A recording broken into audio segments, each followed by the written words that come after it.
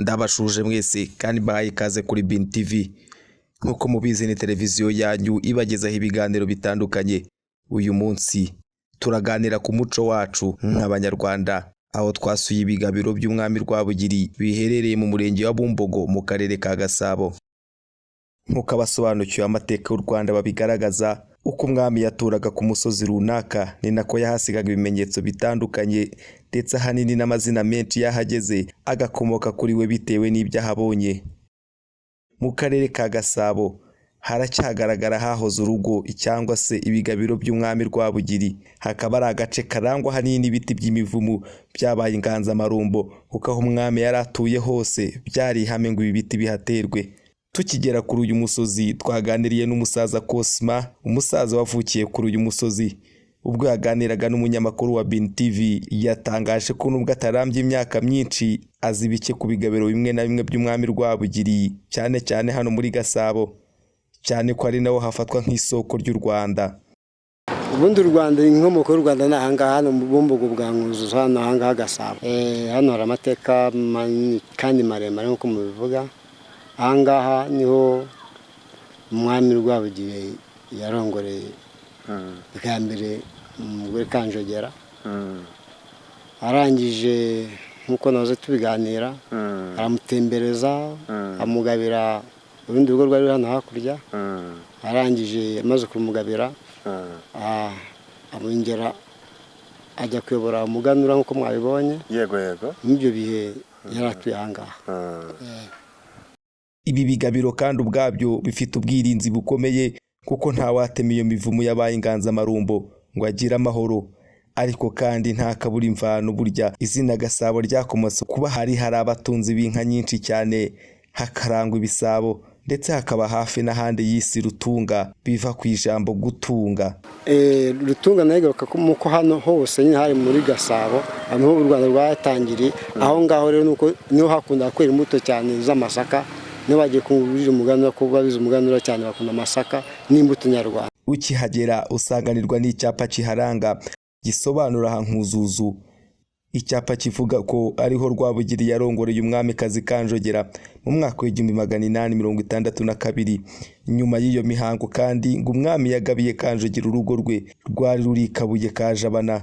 Ibi bigaragaza uburyo Nkuzuzu hafatwa nk'ahantu h'icyubahiro hatangiriye amateka akomeye y'umwami. Nkuko tubibona kuri iki cyapa kandi, nyuma y'ubukwe bwa Rwabugiri na Kanjogera, aha Nkuzuzu hanabereye umuhango mukuru w'inzira y'umuganura. Ibi kandi ntibisanzwe, kuko umuganura mu Rwanda rwa kera ntiwari umunsi wo kwishima gusa, ahubwo wari umunsi wo kwereka Imana n'umwami ishimwe ry'umusaruro wose abaturage begeranyije, cyangwa se abaturage basaruye. Wari umunsi w'ubumwe, ndetse umunsi wahuzaga igihugu cyose. Hano Nkuzuzu rero si ahantu h'amateka y'urugo rw'umwami gusa, ahubwo ni n'umutima w'umurage w'Abanyarwanda bose. Nk'uko umusaza Cosma twaganiriye yadutekerereje uburyo ahantu ariho hagiye hakorerwa imihango y'ingenzi y'igihugu, haba mu bukwe bw'umwami cyangwa mu minsi mikuru y'umuganura. Ibi bituma ahantu haba isoko y'umuco n'amateka y'u Rwanda. Arangije nk'uko nahoze tubiganira, aramutembereza amugabira urundi rugo rwari hano hakurya.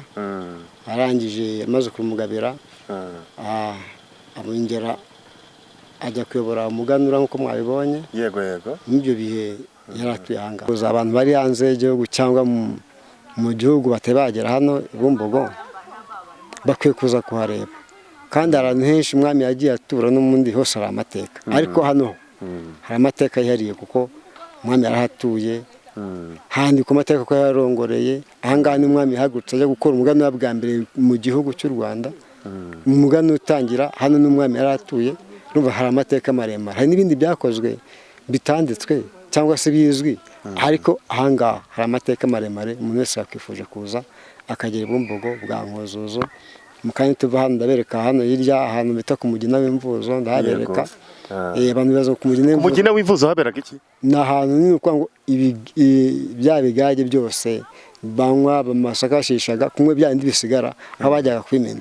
Hano nkuko bavuga Icukiro bajya kumena amase no bahimya Imvuzo, ahinduka Umugina rero batahitana Umugina. Uyu munsi Nkuzuzu n'urwibutso rufasha Abanyarwanda n'abanyamahanga baturutse impande zose z'isi gusobanukirwa amateka y'u Rwanda. Ni ahantu hadufasha kwibuka inkomoko y'ubutegetsi bwacu, inkomoko y'imihango ya cyami ndetse n'imibanire y'Abanyarwanda n'ubutegetsi bwabo mu bihe bya kera. Gusura hano hantu ni nk'isomo rikomeye ritwibutsa ko amateka atari inkuru gusa, ahubwo ari umurage tugomba gusigasira ndetse tugasangiza n'abadukomokaho. Aha kandi mu murenge wa Bumbogo, Gasabo, ni igihamya cy'uko amateka y'u Rwanda afite inkomoko ndetse n'igisobanuro gikomeye. Aha niho amateka ya Rwabugiri n'ubukwe bwe na Kanjogera bihurira n'imihango y'umuganura, bikatwibutsa ko u Rwanda rwari igihugu gifite umuco uhamye ndetse n'ubutegetsi bushingiye ku muco. Ibi nibyo byatumye nkatwe nka BNTV dufata urugendo rurerure kugira ngo amateka yacu akomeze kuduhumuriza, atwigishe kandi atwereke icyizere cy'ejo hazaza. Nk'uko musanzwe mubizi, utamenye yava ntago yamenya hajya. Murakoze kubana natwe muri iki kiganiro, mukomeze mudukurikire kuri BNTV. Kora subscribe, comment na share y'ibi biganiro kugira ngo bijye bikugeraho.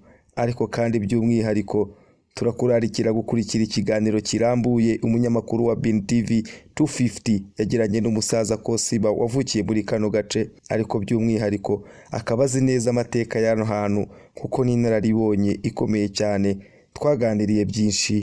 What's up my people, mumeze mute? Nizere ko mumeze neza kandi murabizi ko iyo mumeze neza nanjye mba meze neza byatare. Uyu munsi nkuko bisanzwe ni episode ntago tujya tubatenguha, niyo mpamvu nazanye n'umugabo bita Mr Binhan, tukaba tugira ngo muri ya gahunda yacu yo kutembereza abantu. Ewana, nizere uko rero mukunda gukurikira ibiganiro byacu kandi muri benshi turababona, niyo mpamvu tubanje kubashimira kabisa.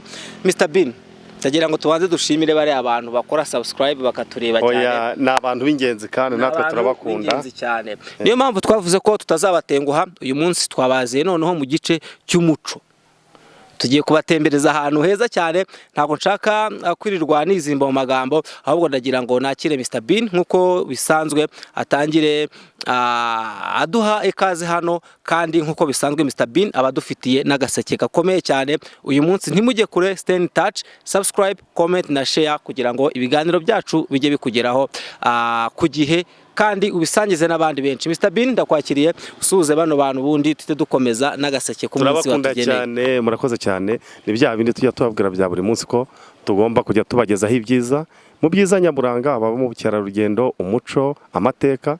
Nshuti zanjye, nk'uko n'ubundi mudukurikira kuri BNTV 250, turongeye turabashimiye. Uyu munsi noneho tubafitiye icyo bita amateka n'umuco. Tukaba uyu munsi twagiye gusura bimwe mu bigabiro bya Rwabugiri biherereye Inkuzuzu muri Bumbogo. N'abatindiro nkaba mfite agaseke ku munsi, ndi kumwe n'umusaza mukuru cyane n'inararibonye. Muzehe, turakwakiriye. Murakoze cyane.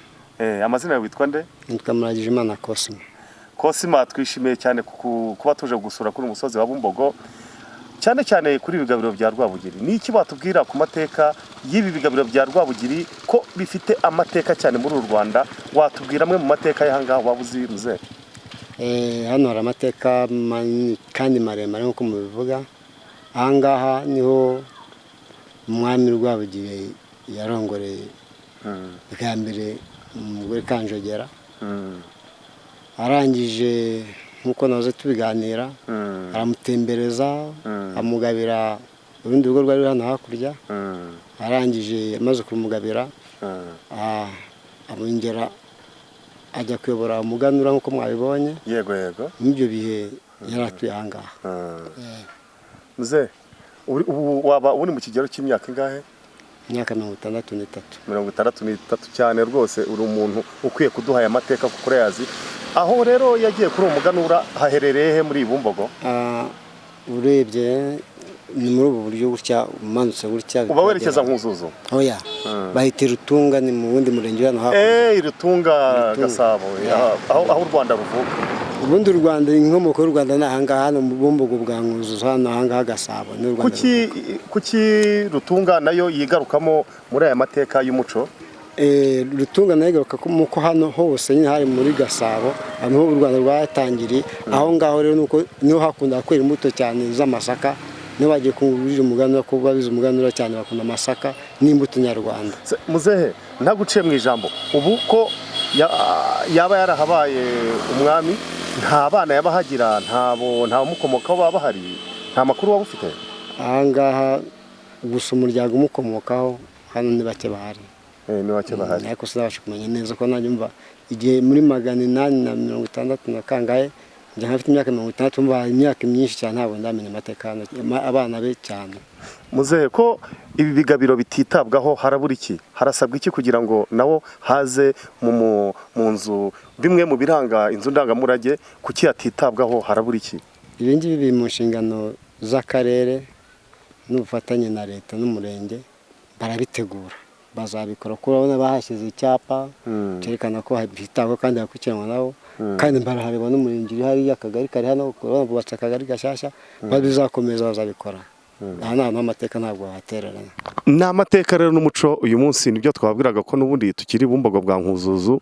Nagira ngo mbaze umusaza akantu kamwe, akabazo kagize muze ubu hano ko ndeba ari mu misozi kandi bavuga ko umwami yaturaga n'inka zikagera naho zishoka, ubu hano inka zashokaga ko ndeba ari mu misozi. Ubundi inka ntabwo zishoka ku musozi, ahubwo zashokaga mu kabande, hariho imigezi bashoragamo inka. Kandi imigezi se hari? Hasi harimo imigezi itemba bakoraga amariba inka zigashokamo. Kandi hano hari mu rugo ntabwo ari inka zabaga, ubundi inka zabaga hirya, nituza gutembera nduze kuhabereka. Turacyakomeje amateka muzehe. Ubu ntabwo duhagaze ku mateka n'umuco, nacyo kiganiro cyacu n'abadukurikira nicyo kiganiro dukurikiye, nacyo kintu twashyizemo imbaraga. Bisaba igihe kingana iki guturuka hano ujya aho bita Irutunga? Kugera Irutunga uvuye hano wakoresha amasaha 2 ugenda n'amaguru. Burya inzu cyangwa inzu iranga amateka nk'iyi hano ku bigabiro hari ikintu cyakorerwaga. Nihe migenzo yakorerwaga hano kuri iyi ngoro y'umwami ya hano i Bumbogo? Ubundi ahangaha hari urugo rw'umwami, hari aho nk'ari imbere twazamutse nduze kwabeka tumanuka hahita ku Karubanda. Aho ngaho ku Karubanda habaga hashinzwe nta nini mba habahamagariraga abantu cyangwa kuko ahantu mbese habwirirwaga iby'umwami akeneye niho havugirwaga. Numva amateka bavuga ngo umuntu ashyirwa ku Karubanda. Ku Karubanda uyu munsi muzehe byaba ari nka sare cyangwa ikibuga? Na ahantu nyine hari ku Karubanda, ni agasozi nako, ni ahantu hari itaba ryiza, ushobora ukabona ko hari ku Karubanda, ko hamwe umuntu ahagararaga ahamagara akavuga inkuru cyangwa se amateka ari kubera umwami, ibintu bikeneye ibwami. Muze niki watubwira ku muco? Niki ubona umuco umaze muri iki gihe cy'imyaka yawe ufite, cyangwa wagira inama urubyiruko n'abatoya ku bijyanye n'uyu muco no gusigasira zimwe mu nzu ndangamurage cyangwa ibigabiro nk'ibi ngibi? Umuco byo birakwiye. Iyo urebye muri iyi minsi usanga umuco rwose ugenda usubira inyuma, si uko batawigisha, ariko ahubwo urubyiruko rw'iki gihe ntabwo ushaka kwiga iby'umuco wa kera. Bashaka gufata ibintu bijyanye n'igihe tugezemo bakaguruka n'ibiguruka, ariko umuco mbese nk'ubu abantu basigasiye ibi bigabiro uri kureba ni umuco barinze, umuco bashaka kwerekana uko kuva imbere.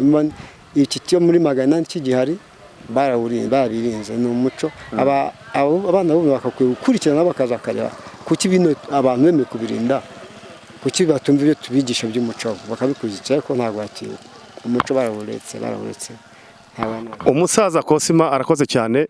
Muzehe noneho niki wabwira hano ukurikiwe n'abantu bose bisi?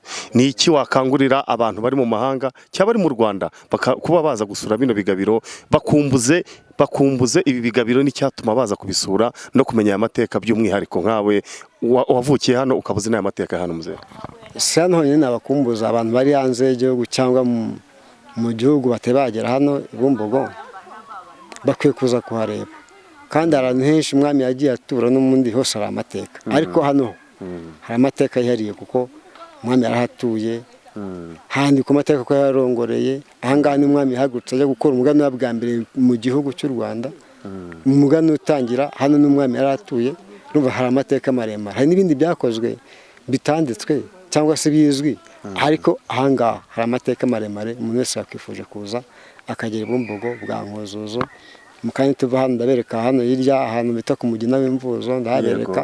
Abantu baza ku Mugina w'Imvuzo haberaga iki? Ni ahantu ni uko ngo bya bigage byose banywa bamasakashishaga kumwe bya bindi bisigara aho bajyaga kwimena aho niho nkuko bavuga icukiro bajya kumena amase no bahimena imvuzo ahinduka umugina rero batahitana umugina w'imvuzo ni umunsi haracyahari hari n'ibimenyetso byerekana ko umugina w'imvuzo koko n'undi buze kuhabereka yego muzehe twakubazaga nanone tukiri kuri ibi ni ukuvuga ngo ibigabiro nk'ibi bigira cyangwa aho umwami yabaye tugira ibibazo by'amatsiko ahangaha ko tutabona inzu tutabona fondasiyo yabaga mu biti nyine urumva hano habayemo 862 uyu munsi mu 2025 umva hashize imyaka myinshi kandi uzi ko inzu za kera ntabwo bakasha amatafari nk'iri terambere turimo ngo bakore za sima bubakishaga izo za kinyarwanda rero havuye ahubwo hasigaye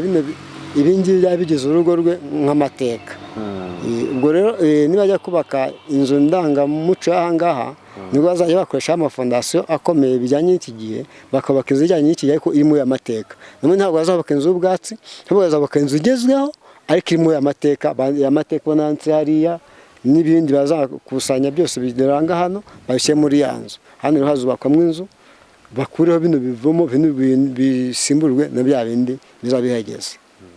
Muzehe urakoze niki wasaba ministeri ishinzwe irimo umuco n'ururimi niki musaba nk'abantu b'Imbogo kuba ibi bigabiro byabungabungwa bikagera ku rundi rwego bikaza mu nzu ndangamurage dufite hano muri iki gihugu cyane cyane ko itagaragara kuko nta bikorwa remezo bihari byakurura ba mukerarugendo niki mwifuza musaba nka ministeri yabakorera kugira ngo abo banyamahanga nabo bajye baza hano bahamenye hamwe muharanga ibyiza by'u Rwanda? Ntekereza ko atari ukubasaba kuko nabo barabizi kandi nabo barahazi ari ku mutima wabo ahubwo nzi neza ko banabitegura kuko urabona hano uyu muhanda Muzehe Kagame ejo ndawudayemo kaburimbo agiye kuzamo kaburimbo kandi uzaca hano n'ucane hano hazita hubakwa nyine nabo barabizi muri gahunda niyo plan y'igihugu kandi urabona ko binzwe n'akarere n'ijyakarere kandi akarere ko katureberera Minisiteri y'Umuco irahari hano rero bateganya kubakora rwose ntimugire ikibazo hano bazakora neza muzagoka musanga ameze neza. Shuti mukurikirana BIN TV official murakoze cyane kandi dushimira umusaza urakoze cyane. Musaza Kosima dusangije amwe mu mateka yo kubigabiro bya Rwabugiri, so mukubize mudukurikire muduhe subscribe, like, share, comment. Hasta la vista.